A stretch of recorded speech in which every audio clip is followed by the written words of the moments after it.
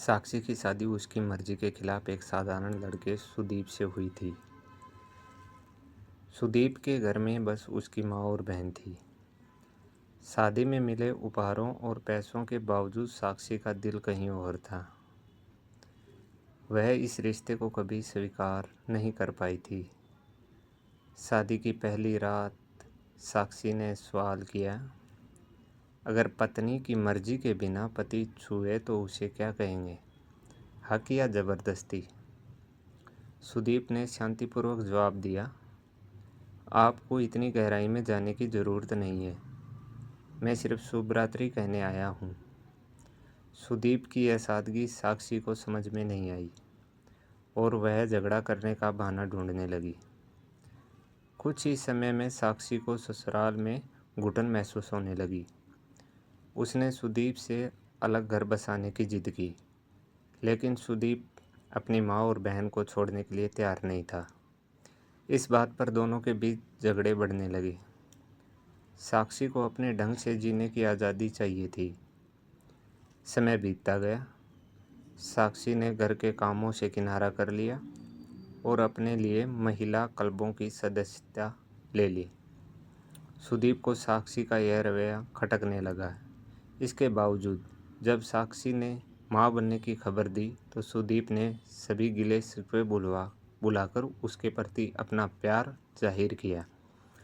लेकिन साक्षी ने अपनी जिद में बच्चे के जन्म के लिए मायके जाने का फैसला किया। बच्चे के जन्म के बाद भी साक्षी का रवैया नहीं बदला।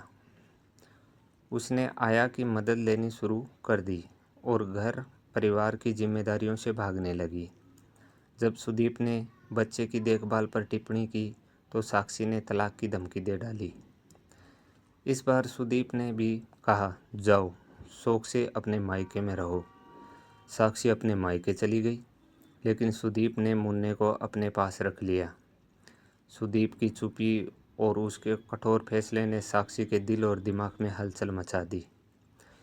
महीने बीत गए, लेकिन सुदीप उसे मनाने नहीं आया। एक दिन साक्षी की नज़र अखबार के एक वैवाहिक विज्ञापन पर पड़ी। उसमें तलाकशुदा व्यक्ति के लिए जीवन संगिनी की आवश्यकता लिखी थी। साक्षी का शक गहराया कि यह विज्ञापन सुदीप ने ही दिया है। उसने तुरंत पता करवाया और शक सही निकला। रात भर विचारों में उलझने के बाद साक्षी ने सुबह सुदीप को फ़ोन किया, सुदीप मैं वापस आ रही हूँ। जब साक्षी घर लौटी तो सुदीप के सामने फूट फूट कर रोते हुए बोली, मुझे माफ़ कर दो, क्या सच में तुम दूसरी शादी करने वाले थे? सुदीप ने मुस्कुराते हुए कहा, नहीं पगली, यह सिर्फ तुम्हें झटका देने और तुम्हें अपनी गलती का एहसास कराने के लिए एक चाल थी। मैं जानता था कि तुम वैवाहिक विज्ञापन ज़रूर पढ़ोगी। साक्षी ने सुदीप के मुंह पर हाथ रखकर कहा, अब और कुछ मत कहो। सुबह का भूला शाम को घर लौट आया है। सुदीप ने साक्षी को गले लगाया और पिछले 3 साल की कड़वी यादों को भुलाने की कोशिश करने लगा।